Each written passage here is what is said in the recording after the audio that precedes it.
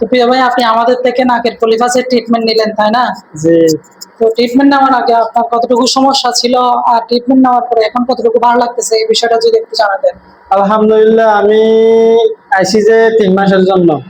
তা আমি এত ভালো পাইছি 3 মাসের মধ্যে, 10-15 দিনের মধ্যে যেগুলো ভালো পাইছি, মানে অনেক ভালো লাগতেছে আগের থেকে।